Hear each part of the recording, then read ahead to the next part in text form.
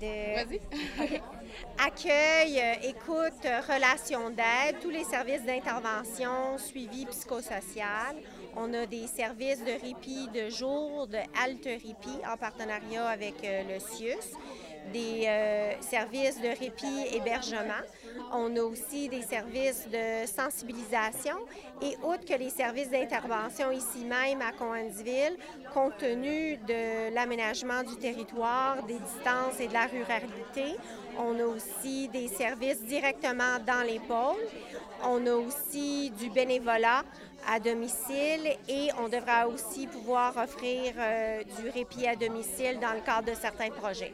Et c'est ce qui fait notre force comme organisme, c'est qu'on a une gamme de services qui est diversifiée, qui répond à chacun des besoins que peuvent avoir les aidants et leurs aidés. Donc, le spectre est large. Vous ratissez pas mal large. Est-ce que vous avez effectivement tout le support nécessaire, autant au niveau, par exemple, des ressources humaines, j'en ai entendu parler tantôt, et surtout aussi du financement? Il y a comme quelque chose qui s'est passé, comme en 2016. Vous aviez comme fermé les portes pendant un certain temps. Est-ce que c'est résolu, ce problème-là? Ou il y a encore un risque? Est-ce que le risque est encore là? Bien, en fait, nos besoins sont toujours récurrents en termes de financement.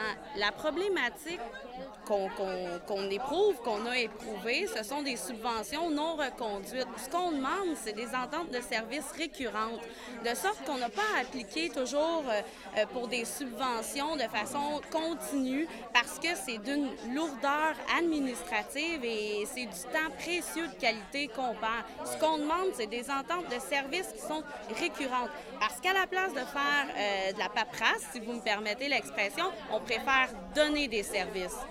Puis il y a aussi une distinction entre le financement récurrent pour la mission, le financement pour la mission qui vient sans attache, qui nous permet de s'adapter selon l'évolution des membres, des aidants et des aidés, qui est en évolution avec les changements démographiques. Tandis que le financement non récurrent de projets, souvent, ça nous force à mettre de l'avant des services qui peuvent ne pas être arrimés nécessairement, qui peuvent être alignés sur des priorités nationales, qui ne sont pas nécessairement les priorités locales. Et c'est très déstabilisant pour les organisations par rapport à leur mission. Et aussi, ça ne permet pas la flexibilité de répondre aux besoins immédiats des gens. Alors, c'est pour ça qu'on cherche la récurrence pour le financement de missions qui va nous permettre de répondre plus aux besoins des gens. Par exemple, actuellement, on a des projets qu'on a pu restaurer avec les projets appui au niveau de l'intervention, au niveau du répit atypique, du répit accessoire, mais il semble avoir une tendance pour des besoins au niveau du répit à domicile qui sont plus criants. Puis ça, c'est évolutif, c'est en changement continuel. Alors, si on est attaché avec un projet, qu'on a telle orientation, on fait les demandes, on demande de modifier, mais c'est du taponnage, c'est du va-et-vient. Tandis que si c'était dans la mission, bien là, on pourrait se virer sur un 10 cents puis dire, bien là, on a 10 demandes à domicile, là, on se réoriente, on offre ça, comment est-ce qu'on peut organiser nos ressources humaines? Oui, mais justement, c'est que le changement de clientèle, c'est un peu comme le changement de météo. On ne sait pas trop, finalement, d'année en année, combien de personnes on va avoir besoin d'aider, là. Donc, évidemment, votre budget, s'il est récurrent, il est comme fixé dans le temps. Bien, habituellement, cette année en particulier, ça a été particulièrement honteux. On a eu une indexation de 0,7 %. C'est c'est en dessous du taux de l'inflation. Alors, habituellement, de par les années antérieures, les budgets PSOC avaient été indexés selon les coûts d'inflation, le coût de la vie. Et cette année, c'est vraiment une gifle pour les organismes, leur dire vous allez opérer de façon déficitaire, même avec les services actuels, même si les besoins sont grandissants. Alors, c'est là aussi qu'on essaie de voir des ententes de services, même des ententes de services hors PSOC, mais qui pourraient être récurrentes, ça serait déjà mieux que du financement par projet qui est plus déstabilisant. On a besoin de flexibilité et de récurrence, puis s'adapter selon la demande qui nous est faite. Donc, la récurrence, il faudrait qu'elle soit comme ajustable. C'est un peu comme une récurrence ascenseur, un peu, là.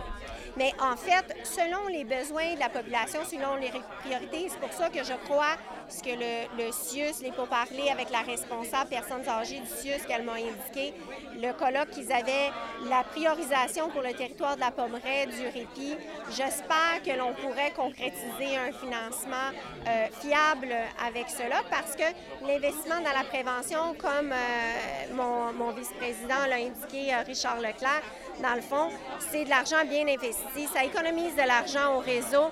Alors, c'est ça qu'on espère. Tout à l'heure, j'ai vous entendu dire pendant votre exposé que, effectivement, avec très peu de ressources, vous avez réussi à accomplir énormément. Est-ce que c'est pas un petit peu un couteau à double tranchant, ça, face évidemment, à ce que vous demandez à la récurrence budgétaire, face au ministère qui dit, bien, regarde, avec le budget qu'on leur a donné, ils sont capables de s'organiser. Alors, on va être récurrent dans le même montant. Mais par contre, quand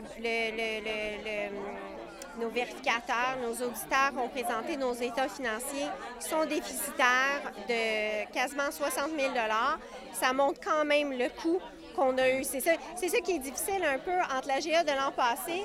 On avait un positionnement qui paraissait favorable, mais c'est un snapshot, c'est transversal. Dans le fond, en cours très rapidement après le premier trimestre, même si on a eu beaucoup de levées de fonds par ma prédécesseur, un énorme travail, beaucoup de soutien local, sans la récurrence, on ne peut pas construire. Et c'est pas vrai que les gens d'ici qui paient dans leurs impôts pour avoir du financement pour les organismes comme nous, qu'on ne devrait pas être financés adéquatement. On est capable de lever des fonds, mais ça nous prend une contrepartie en récurrence pour avoir la stabilité pour l'investir à long terme. Là, vous êtes toujours aux prises avec une espèce de montage financier, là. C'est un peu ça, non? On est là-dedans. Ouais. Continuel. Ouais, notre chiffrier est évolutif, là. Oui, c'est ça. On espère le bonifier. On va sortir un petit peu de la structure financière, parlons un petit peu de l'organisme comme tel. Donc, vous offrez énormément de services aux gens. Quelles sont les personnes qui ont le plus besoin de vos services? Les personnes âgées ou les personnes Alzheimer, les aidants? Dans les participants, dans nos données de projets qu'on a pu recueillir, on le voit qu'à peu près 50 des aidants de nos services, ce sont pour des aidés qui sont atteints d'Alzheimer ou de troubles cognitifs, démence reliés. Dans les autres 50 ça peut être très variable. Ça peut être suite à un accident, ça peut être temporaire, ça peut être des maladies dégénératives. Et au niveau de l'âge des aidés, l'âge des aidants, et plus particulièrement des l'âge des aidants aussi, là. Il y a des personnes âgées là-dedans. La majorité sont des aînés. Au niveau des aidés, la majorité sont des aînés aussi. On parle de 90 On a une très faible proportion que ça serait des aidants de personnes qui ne seraient pas considérées aînés à 65 ans, et ça dépend aussi de la définition. On a, par exemple, on a des cas où est-ce que tu peux avoir des personnes de 50 ans qui peuvent être considérées aînées pour la FADOC, mais pour certains bailleurs de fonds, c'est 65 ans. Ah, c'est sûr, oui. Alors, il faut toujours qu'on fasse des demandes particulières pour les inclure dans les projets, puis on essaie d'étirer l'élastique au maximum pour que tout le monde puisse recevoir les services. En parlant d'aider, c'est quoi leur état de santé quand ils arrivent ici? Ils sont à terre un petit peu brûlés pour vous demander des services, là?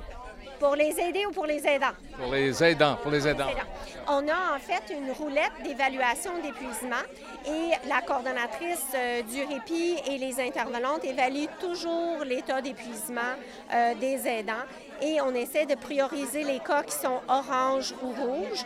On avait voulu mettre cet outil-là dans une version questionnaire en ligne cette année, mais on n'a pas pu obtenir le financement. Il y avait trop de projets soumis, mais éventuellement, ça serait un outil qu'on aimerait diffuser largement parce que ça permet d'auto-évaluer aussi. Au service. Oui, je vous dirais que optimalement, les gens, on essaie de les atteindre en amont parce que plus que les gens se dotent d'outils pour bien vivre leur rôle énorme d'aidant, plus que ça prévient l'épuisement et que ça fait des aidants, ça prévient aussi la maltraitance auprès des aînés. Là, on comprend. Puis trop souvent, ces personnes-là arrivent épuisées et là, on a un travail accru de sensibilisation parce qu'on veut se faire connaître avant que ces gens-là recherchent une ressource une fois qu'elles sont épuisées. Alors, il y a un travail de sensibilisation, mais pour répondre à votre question, c'est bien entendu, elles arrivent ici et elles le sont déjà épuisées. Il y a beaucoup de gens qui sont vraiment au bout. Puis, c'est tout un travail. On a eu vraiment un cas cette semaine que je dois saluer mon équipe. Ils ont agi de façon super diligente avec nos partenaires du réseau et on a vraiment permis de sauver une situation qui aurait pu mal tourner. Et en tout cas, j'en suis vraiment heureuse. Puis c'est un heureux dénouement. Puis les personnes sont en santé, en sécurité. On se dit, c'est vraiment important le rôle qu'on joue là, pour les gens dans des périodes difficiles. Alors, vous allégez finalement la vie des gens, c'est un peu ça, non? Du mieux que l'on peut, comme bénévole, comme permanence. Bien, c'est terminé, on nous dit que c'est time out, là. Il y a 10 minutes. Merci à vous deux, merci à vous deux. Merci.